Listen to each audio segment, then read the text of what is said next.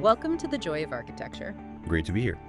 Today we are tackling a beast, technical debt, specifically within microservices architectures, and focusing on, well, the challenges in large enterprises. It's a really critical subject. Our guide here is a pretty comprehensive research report that goes deep into this exact problem space. So our job is to unpack its core findings for you. We want to highlight what's truly important, maybe sometimes surprising. Microservices, they promised us so much agility, scalability, freedom, and look, they often deliver. They do, on many fronts. But they also bring in these new layers of complexity. And technical debt people often call it the silent killer in software. Yeah, that's a common term. It just seems to take on a particularly dangerous form in this distributed world. Why is that? Let's dig in. Okay, so technical debt at its heart. It's basically the cost of future rework. The cost you incur because you took a faster, maybe simpler path now instead of a more robust one. Right, the quick fix. Exactly. Ward Cunningham's analogy is perfect here. It's like taking out a financial loan. You get that immediate benefit, maybe faster initial delivery. Get the feature out the door. Right. But if you don't pay it back through refactoring, through cleanup, then interest starts to accrue. And that interest, it's paid in lost productivity, more bugs, slower development down the line. Okay, and this report we're looking at, it makes it pretty clear. Microservices don't just have technical debt. They seem to act like debt amplifiers. That's a great way to put it, amplifiers. Because everything is distributed, right? Services depend on each other, they need constant coordination, so debt in just one service can ripple outwards, causing much bigger problems. How does that manifest, practically? Well, think about managing configurations across, say, dozens or even hundreds of services. It becomes a huge overhead if not done well.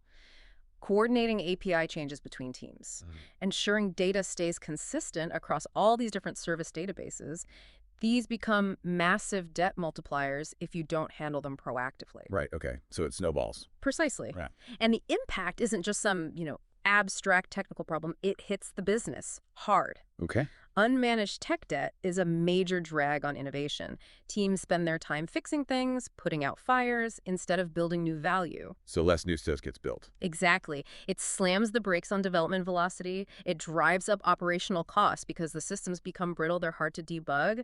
And fundamentally, it just undermines system stability and resilience. The report even uses this term, tech debt bankruptcy. Yeah. That sounds pretty dire. It is dire. It's basically a state where the cost of just maintaining or trying to evolve a system becomes prohibitively high. The debt interest is so crippling. You can't afford the payments anymore. Exactly. You're forced into drastic choices. Sometimes it means needing a complete rewrite or even retiring critical systems because they're just unmanageable. And this isn't just theory. The report cites industry data showing, significant levels of moderate to critical debt in many enterprises. And that costs real money. Oh, yeah. It directly increases customer support costs, erodes what the report calls organizational vitality. It's a real drain. Now, one of the really interesting points this research explores is this double-edged sword of microservice autonomy. Giving teams the freedom to pick their own tools, set their own pace. That's supposed to be key for speed, right? Absolutely. That autonomy is powerful, no question. It can really accelerate local feature delivery, Right. but that autonomy carries risk. Yeah. If you don't have effective governance or shared standards or just clear communication across teams, well, that freedom can lead straight to fragmentation, meaning different services end up with wildly inconsistent quality levels, different development practices, and this is critical, poorly understood or maybe even undocumented dependencies between the services. Ah, okay. So you end up with this sort of tangled web of services built independently, each maybe carrying its own unique flavor of debt. Exactly. And then when they have to actually work together, the cumulative effect is system-wide chaos. That's a good way to describe it. The complexity just compounds almost exponentially. You hit integration nightmares. You get cascading failures because one service's problem brings down 3 others. End-to-end testing becomes a Herculean task, maybe impossible. Wow. Yeah. So that architectural coherence, the thing holding the whole system together, it can easily erode if you don't strike that balance. You need team autonomy, yes, but also overall architectural guidance and standards. It's a key tension in microservices. Okay, so we get that the problem is real, it's amplified, and it's impactful. The report then shifts gears a bit, right? To help us understand the landscape better, defining key terms. We touched on technical debt, but it also breaks down the different types. Right, yeah. Beyond just the core implied cost idea, the report makes a useful distinction between intentional and unintentional debt. Okay, intentional first. Intentional debt is, well, deliberate. You know you're taking a shortcut. Maybe it's to hit an urgent deadline or to get a minimum viable product, an MVP, out the door quickly. We'll fix it later. Famous last words. Huh. Yeah, sometimes.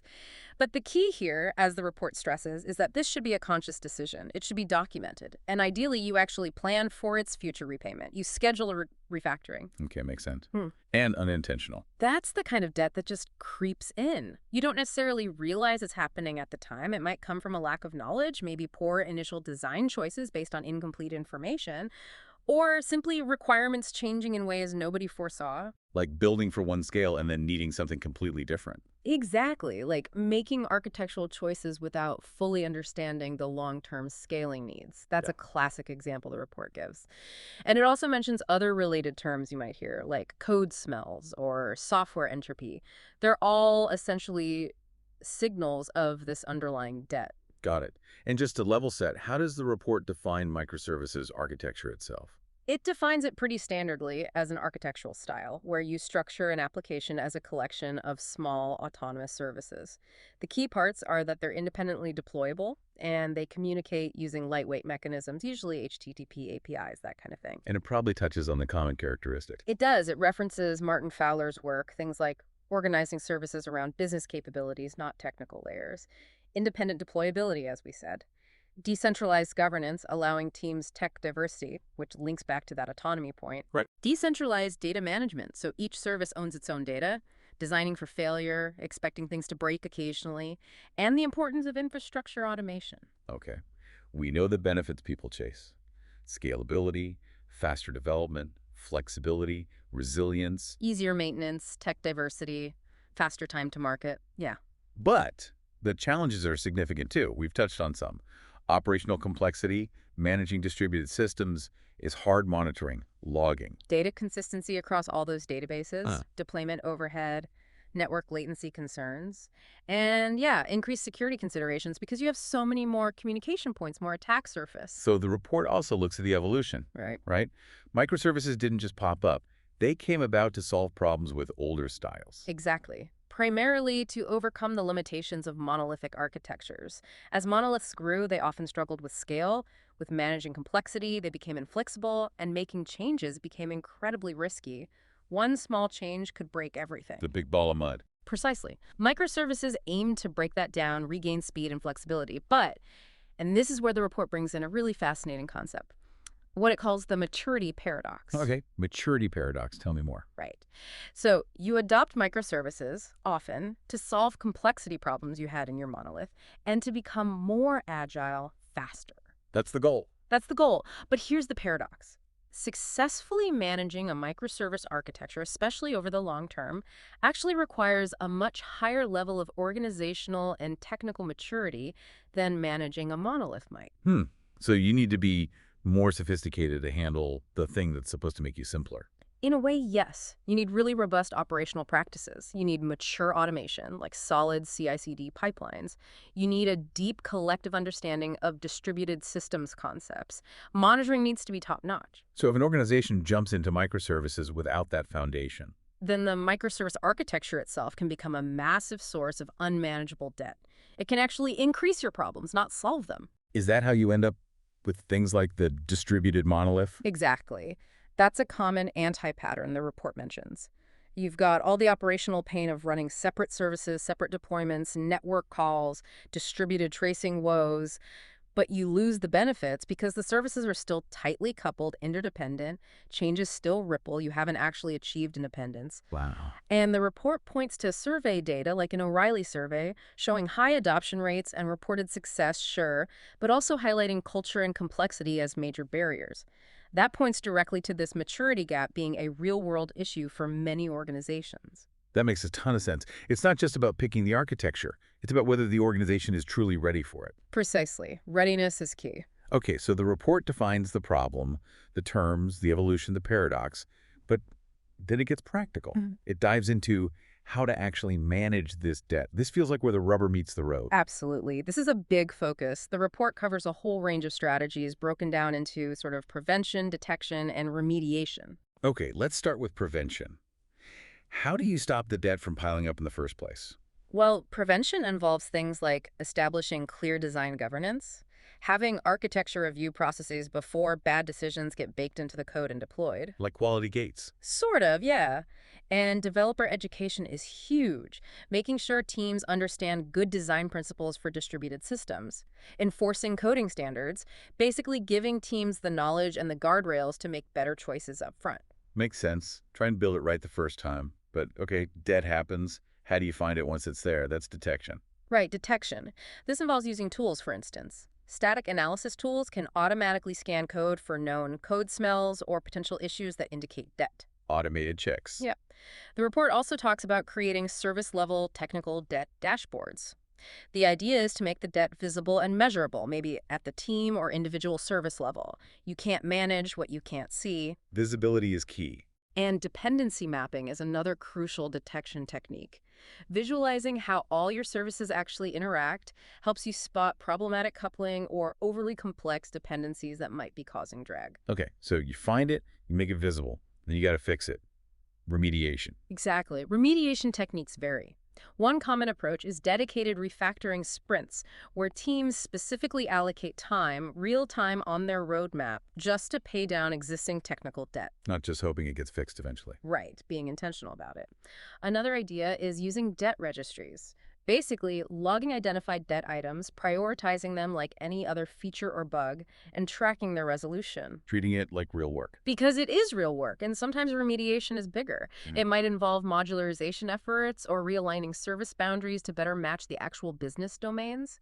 This helps untangle that spaghetti code and reduce harmful coupling, paying down significant architectural debt, not just code-level stuff. So it can be quite structural, not just tidying up code.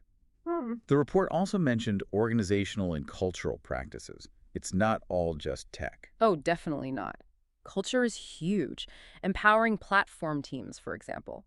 Teams that build shared tools, infrastructure, and platforms that make it easier for the product teams to do the right thing, build, deploy, monitor securely and efficiently. Reducing friction. Exactly, improving the developer experience, or DevX. When developing is less painful, teams are less likely to feel the need to take shortcuts that accrue debt. And using things like objectives and key results, OKRs, or KPIs specifically tied to debt reduction helps ensure it actually gets prioritized and doesn't just fall off the radar quarter after quarter. That definitely sounds like it needs strong leadership buy-in and direction. Does the report talk about leadership styles? It does, and it's a really insightful section. It looks at how different leadership approaches can really influence how technical debt is managed, or if it's managed. Like what kinds of style? Well, it contrasts a few. For instance, an authoritative leadership style might focus on centralized governance. Strict quality gates, maybe enforced standards coming down from the top. Command and control almost. Could be perceived that way, yeah. Then you have, say, a servant leadership style. That would likely focus more on empowering those autonomous teams we talked about. Giving them the tools and support. Right. Ensuring they have the necessary guardrails, but also the support, the resources, the psychological safety to make good decisions locally and manage their own debt proactively. Interesting contrast. Any others? It also mentions transformational leadership. The style might focus more on driving a broader cultural change across the organization, shifting the mindset towards valuing sustainable development, continuous improvement, making quality and debt management a shared responsibility, not just something architects worry about. It's a change of the whole environment. Exactly. And the report tries to analyze the potential outcomes and effectiveness of each of these different approaches in the context of tech debt. That makes a lot of sense because leadership really does set the tone, the priorities, the structure for how this stuff is handled or ignored. Absolutely. And I assume the report doesn't just stay theoretical. It uses real-world examples, case studies. Oh, yeah, definitely. It grounds the discussion by drawing lessons from companies that have navigated these exact waters, big names. Buku. Like Spotify, looking at their squad-based autonomy model and how they try to balance that with technical quality within those teams. Or Amazon with their famous you build it, you run it philosophy. Right, pushing ownership down. Exactly, which inherently includes ownership of the operational health and the technical debt of the services those teams build and run. very decentralized control. Who else? I think I saw Netflix and Microsoft mentioned. Yep. Netflix is interesting partly because of their pioneering work in chaos engineering. Testing resilience forces you to have reliable, well-maintained services, which implicitly means managing debt. Plus, their strong platform engineering approach helps provide tools for remediation. And Microsoft. Their experience, especially during their massive migration to the cloud, provided a ton of valuable lessons on managing debt at an enormous scale. And the report mentions they faced pitfalls too, including situations that apparently got pretty close to that tech debt bankruptcy state we discussed earlier. Wow, so even the giants struggle. They do. Hmm. These case studies offer really practical insights, but also some pretty stark warnings about what can go wrong if debt gets out of control. Failed modernization efforts, for example. It really drives home that these aren't just, academic exercises. They're real tough challenges faced by huge, successful tech companies. Absolutely. Which brings us back to that fundamental tension you mentioned earlier, speed versus quality. How does the report suggest organizations actually balance that? Because you need both. Right. This is really central to the report's synthesis and recommendations. It doesn't just say fix your debt. It explores frameworks for making those tough decisions, those trade-offs. Yeah. Well, it talks about things like risk-based prioritization. Instead of trying to fix all debt, figure out which debt poses the biggest risk to business operations, to system stability, to security, and tackle that first. Be strategic about it. Exactly. It also mentions concepts like fitness functions, drawing from ideas in books like team topologies. These are like automated checks that continuously verify if the architecture still meets key quality attributes as it evolves. Is it still secure enough, performant enough, maintainable enough? Keeping the architecture fit for purpose. I like that analogy. It's a powerful idea. It's about embedding those quality checks right into the development and deployment process, making them continuous. What else helps with that balance? The report emphasizes the crucial role of observability, having deep visibility into how your systems are actually behaving in production. This helps you quickly identify issues that might be caused by hidden technical debt. Good feedback loops are essential. See the impacts quickly. Right. And then there's the whole area of incentives and metrics. Using things like the DORA metrics, deployment frequency, lead time for changes, change failure rate, time to restore service, which measure delivery performance. Speed part. Yes, the speed part. But using them alongside metrics that track technical debt or code health, maybe code complexity scores, test coverage, vulnerability counts. The idea is to make sure that pushing for speed doesn't inadvertently destroy quality and stability. You need a balanced view. Because ultimately, you can't sustain speed if your system is crumbling under debt. Precisely. Sustainable speed requires manageable debt. It's an investment in future velocity. The report even floated that provocative idea you mentioned, viewing technical debt sometimes as a strategic asset. Yeah, it's a careful point. It's definitely not advocating for accumulating debt carelessly, but it acknowledges that intentional debt, the kind we talked about earlier, when it's well understood, documented, and managed, well, it can sometimes be a valid short-term strategy. Like to seize a critical market opportunity. Exactly. Provided, and this is the crucial part, there's a clear plan and a genuine commitment to repay that debt relatively quickly. It's about making deliberate, conscious choices, not just letting debt happen by accident or neglect. Understood. So it's managed risk, not just letting things slide. Right. Wow. This report sounds incredibly thorough. I mean, it covers the definitions, the causes, the amplification of microservices, the management strategies, prevention, detection, remediation, the huge influence of leadership styles, lessons from major companies, and how to balance those core It trade-offs. really does try to provide a holistic view. It even delves into the specific research methodology used, qualitative interviews with CTOs and architects, survey designs for dev teams, tooling and data sources like Git repos, JRA, Sonar code, analysis techniques. Right. The research was done part, which we haven't focused on much today, but it adds credibility. Exactly. It shows the rigor behind the findings, and the report synthesizes all of this into identifying common patterns and anti-patterns, offering concrete recommendations, even suggesting things like leadership-specific playbooks and decision models for debt management. Okay, so let's try to pull this together to recap our deep dive today. We've really unpacked how microservices, while offering benefits, significantly amplify the challenges of technical debt because they're distributed and complex. Right, and that this isn't just a techie problem. It has major business impacts, potentially leading to that scary tech debt bankruptcy. We explored that tricky balance between team autonomy and the need for overall architectural coherence and the related maturity paradox, needing more maturity to handle the very architecture meant to simplify things. hmm And we looked at the different types of debt, intentional versus unintentional, and dug into the practical approaches for managing it. Prevention strategies like governance, detection using tools and dashboards, and remediation through refactoring or even restructuring. And critically, we saw it's not just about code. Organizational culture, developer experience, and especially leadership styles play a huge role in whether debt is managed effectively or allowed to fester. Absolutely. The case studies from Spotify, Amazon, Netflix, Microsoft really highlighted these points in practice, showing both successes and pitfalls. And finally, we touched on frameworks for making that crucial trade-off between speed and quality, using things like risk assessment, fitness functions, observability, and balanced metrics. It really requires a holistic view. You have to understand the code, yes, but also the organizational structures, the leadership dynamics, the cultural norms. All of that influences sustainable software development in a microservice world. It's just paramount for large enterprises that want to maintain agility and keep innovating over the long haul. Yeah. This deep dive honestly feels like it's only scratched the surface of what this comprehensive report covers, but hopefully it's highlighted those foundational issues and the sheer complexity of managing tech debt effectively. It's definitely an ongoing challenge. It evolves as technology and organizations evolve, so it requires continuous attention, continuous adaptation. Okay, so let's leave our listeners with a thought to chew on, building on everything we've discussed today. Here it is.